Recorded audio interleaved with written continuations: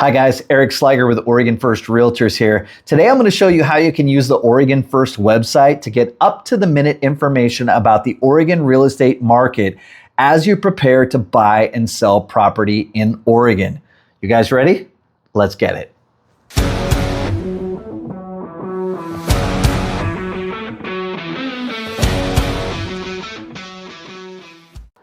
All right, so I think a lot of people might be asking the question like, I use nationally branded real estate websites, the big names that rhyme with pillow and Headspin and all of those. So why would I want to use like a more localized Oregon real estate website in order to find up-to-the-minute information about real estate in Oregon as I prepare to buy and sell real estate? Well, it's a great question. So I want to address just a couple of things.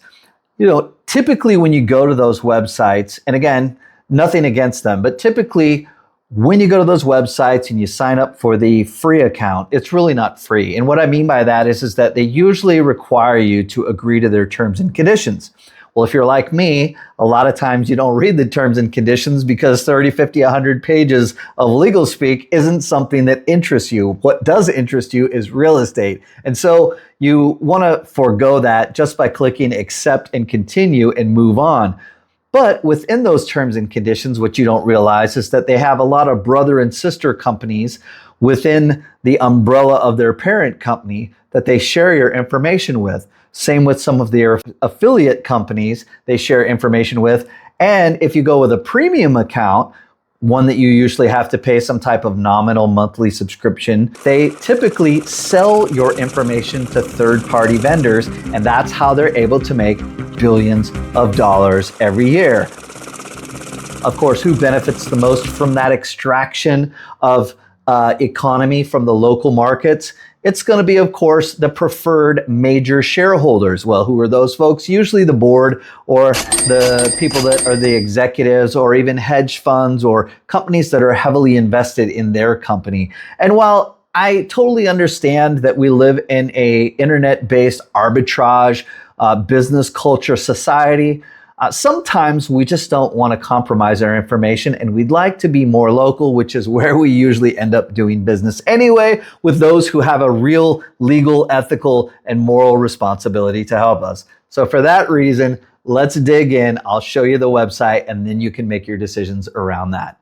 So let's go to https ericsliger.oregonfirst.com. All right. So I'm not going to gatekeep and go through my whole website here. I'm just going to show you how you can do the search without compromising your information to those nationally branded websites. So from my landing page, just go over to Find Properties, Map Search, click on that. There's a lot of ways you can get there, but I'm just using this way so you can research it afterwards if you want to. But what you'll notice right away is that all of the active and live listings that are available in Oregon that are coming directly from the RMLS or the MLS are here. You can either use the map view or you can go completely to a list view. We have some options here for that.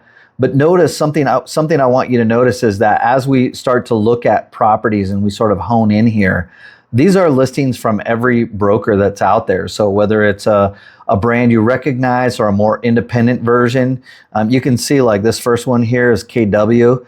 You've got Lux, Forbes Global Properties. So any live listings that are on the market that are current with the MLS, RMLS in Oregon, then you're going to find them here. And you can search, like I said, by city, address, zip code, MLS, and schools. And you've provided no information. You've compromised nothing. Now, for some of you that want some of the benefits that come with those premium subscriptions at the nationally branded websites, or even that just come with the free subscription, things like options like, saving to your favorites, creating favorites, ranking your favorites, that type of thing, having, new listings that come on the market sent directly to you based on criteria that you've established and put into your account. Let me show you this. We do have something like that, but again, you don't compromise any information here really. So go to the sign up in the upper right-hand corner. And let me just highlight, there's a list of benefits down below here, but I want to show you the three things that we ask for compared to those other websites. First thing being, red asterisk, we ask for your first name and last name. Assuming you're a real human being, you're not a bot, and assuming that you are serious about buying or selling, it's the most basic information, right?